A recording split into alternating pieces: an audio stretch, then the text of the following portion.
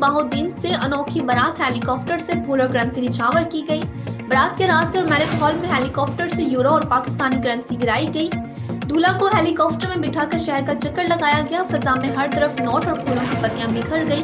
बारात नवाही गांव हरिया से मुकामी होटल में आई थी। दूल्हा के 5 भाई बसिलसिला रोजगार इटली में मुकीम है। हेलीकॉप्टर की किराए की मद में 18 लाख रुपए वसूल किए गए। वो छाड़ दे